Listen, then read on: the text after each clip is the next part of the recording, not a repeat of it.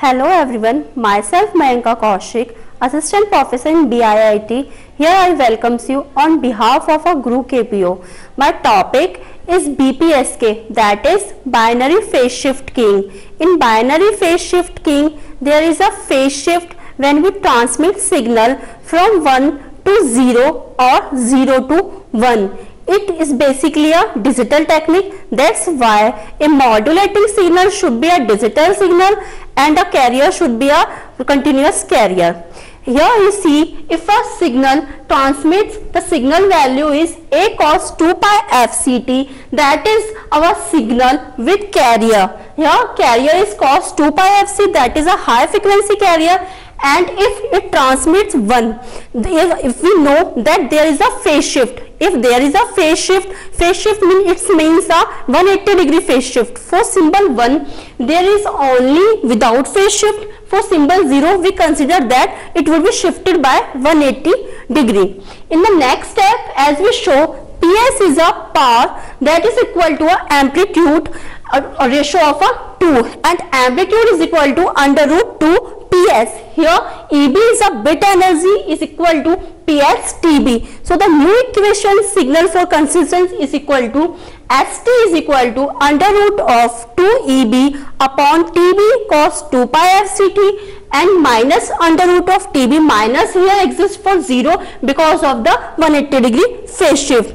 We do this because we have to draw the diagram in a signal space representation which would be derived in a energy form. Here cos 2 pi fct derived by a or shown by a phi 1. Phi 1 is our angle.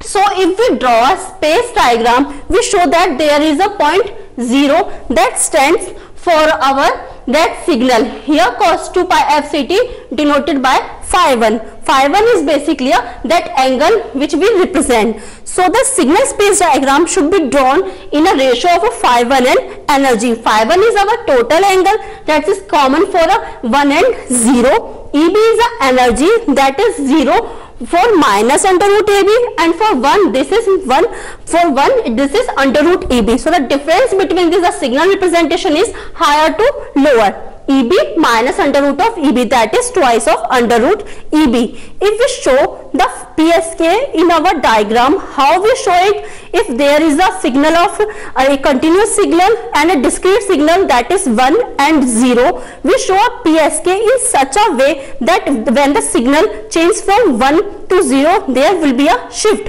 as we showed in our equation. So how we show it? We showed from this such of diagram. Here the signal is 1, again 1, as the signal changes from 1 to 0. Here signal 1, 1, next 0. If we change from 0 to 1, there is a phase shift of 180 degree. Because the phase last time is in a positive axis, that why there is a 1 to 0. In next 0 to 1, we show this type of a waveform for PSK. Next is what is the bandwidth? Bandwidth basically a band of frequencies which exist in a PSK. In PSK, frequency ranges from FC to plus F, FC to minus F with the center frequency. What we have to do? We have to calculate bandwidth for upper band to lower band. If the upper side band FC plus FB, then the difference between the lower and the upper side band is our bandwidth. The bandwidth should be twice of FB or twice of 2 TB.